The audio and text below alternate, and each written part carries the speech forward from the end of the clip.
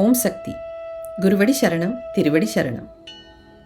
எல்லாம் வல்ல இறைவி அன்னை ஆதிபராசக்தி தன்னை பரிபூரண சரணாகதி அடைந்தவர்களை என்றென்றும் காப்பாற்றுகிறாள் என்பதில் சிறிதும் ஐயமில்லை. 1987 ஆண்டு ஆடி மாதத்தில் மேல்மருவத்தூர் ஆதிபராசக்தி சித்தர் பீடத்தில் 1 மாத கால இருமுடி அபிஷேக தொண்டிலும் கோவை மாவட்ட அன்னதான பணியின் மேற்பார்வையிலும் சக்தி கோமதி சுந்தரம் ஈடுபட்டிருந்தார். பௌர்ணமிக்கு முந்தைய நாள் ஆலயத்திற்கு எதிரே கண்கலங்கி நின்றிருந்த ஒரு முதியவரை கண்ட அவர், ஐயா, ஏன் இப்படி அழுகின்றீர்கள்? குடும்பத்தின் தலைவராகிய நீங்கள் இப்படி அழுதால் குடும்பத்தில் உள்ளவர்களுக்கு யார் ஆறுதல் சொல்லுவார்கள் என்று கேட்டார். அப்போது அந்த முதியவர் அருகில் நின்றிருந்த காரை காட்டினார். அதில் அவரது 30 வயது மகள் மணிமேகலை உணர்வற்ற நிலையில் தாயின் மடியில் படுத்திருந்தார். கழுத்து நிமிரவில்லை, கை கால்கள் செயலிழந்திருந்தன, பேச்சும் பார்வையும் பாதிக்கப்பட்டிருந்தன. அவரது தந்தை கண்ணீருடன் கூறினார், எனது மகளுக்கு கடந்த 3 மாதங்களுக்கு முன் தாங்க முடியாத தலைவலி ஒன்று வந்தது. அதற்காக பல மருத்துவர்களிடம் காட்டியும் குணம் பெறவில்லை. இவள் உடம்பின் உறுப்பு ஒவ்வொன்றாக வேலை செய்யவில்லை. இறுதியாக 3 மாதத்திற்கு முன் மருத்துவர் இவளது உயிர் பிரிந்துவிடும் என்று கூறினார். மருத்துவ அறிக்கையை பார்த்த கோமதி சுந்தரம், மூளைக்கு செல்லும் இரத்த நாளத்தில் ஏற்பட்ட அடைப்பால் நரம்புகள் செயலிழந்து வருவதாக மருத்துவர்கள் கூறியிருப்பதை அறிந்தார். முதியவர் தனது மகளின் கடைசி விருப்பத்தை நிறைவேற்றவே சித்தர் பீடத்திற்கு வந்திருப்பதாக கூறினார். அந்த விருப்பம் உருவானதற்கு காரணம் சேலம் மாவட்டம் ஆட்டையாம்பட்டியில் நடைபெற்ற ஆன்மீக சொற்பொழிவில் கோமதி சுந்தரம் கூறிய இந்த வார்த்தைகள்தான்.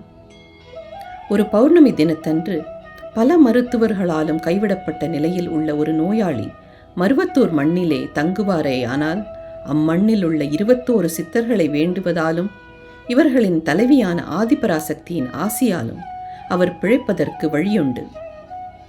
அந்த உரையை கேட்ட மணிமேகலையின் சகோதரி அதை தன் தங்கையிடம் கூறியிருந்தார். அதனால் மணிமேகலை தன்னை மருவத்தூர் அழைத்து செல்லும்படி குடும்பத்தினரிடம் வேண்டிக் கொண்டார். தொண்டர்கள் மணிமேகலையை ஆலயத்திற்குள் கொண்டு வந்து அம்மாவின் பிரசாதம் வழங்கி புனித மண்ணில் படுக்க வைத்தனர். அவரிடம், அன்னையின் மூலமந்திரத்தையே சதா மனதில் சொல்லிக் கொண்டிரு, முடிந்தால் நாளை நடைபெற உள்ள பௌர்ணமி அபிஷேகத்தில் பங்கு பெற்று அன்னையின் அருள்வாக்கினை பெற முயலுங்கள் என்று கூறிவிட்டு கோமதி சுந்தரம் தனது பணிக்கு சென்றார். மறுநாள் பௌர்ணமி அபிஷேகத்தின் போது நமது ஆன்மீக குரு அம்மா அவர்கள் வழக்கம் போல் ஆலயத்தை வலம் வந்தார். மணலில் படுத்திருந்த மணிமேகலையின் மீது அம்மாவின் அருட்பார்வை விழுந்த அந்த நொடியில் இதுவரை நிமிர முடியாத அவரது கழுத்து தானாகவே நிமிர்ந்தது. சிறிது நேரத்தில் அவர் எழுந்து உட்கார்ந்தார். இதை கண்ட பெற்றோர்களும் உறவினர்களும் ஆனந்த கண்ணீர் வடித்தனர். அருள்வாக்கில் அம்மா சக்தி கோமதியை நோக்கி இவ்வாறு கூறினாள், மகளே, இது உடைந்த மண்பானை. பின்னர் மணிமேகலையின் கணவரை நோக்கி, அம்மா, மகனே, உங்கள் முன்னோர்கள் ஆன்மீகத் தொண்டோ தர்மமோ செய்ததில்லை. அதன் பலனைத்தான் இன்று உன் மனைவி அனுபவிக்கிறாள். ஆனால் என் புனித மண்ணில் காலடி வைத்துவிட்டாய், இனி அவளை காப்பது என் பொறுப்பு என்று கூறினாள். ஆடிப்பூர திருவிழாவிற்கு சக்தி மாலை அணிந்து வரவும் 5 சுமங்கலி பெண்கள், 5 ஆண்கள், 5 சிறுவர்கள், 5 சிறுமிகள் சக்தி மாலை அணிந்து இருமுடி ஏந்தி வரவும் 250 பேருக்கு அன்னதானம் வழங்கவும் தாம் கூறிய இயற்கை மருத்துவ முறைகளையும் தினசரி வழிபாட்டையும் தவறாமல் கடைபிடிக்கவும் அம்மா அருளினாள். குடும்பத்தினர் அம்மாவின் ஒவ்வொரு கட்டளையையும் முழுமையாக நிறைவேற்றினர். 10 நாட்களிலேயே மணிமேகலை பிறர் துணையுடன் நடக்கத் தொடங்கினார். உணவு சாப்பிடவும் ஆரம்பித்தார். 3 மாதங்களுக்கு பிறகு பெங்களூரில் இருந்து திரும்பிய வழியில் கோமதி சுந்தரம் ஆட்டையாம்பட்டியில் உள்ள மணிமேகலையின் வீட்டிற்கு சென்றார். அங்கு அவர் கண்ட காட்சி அவரையே வியப்பில் ஆழ்த்தியது.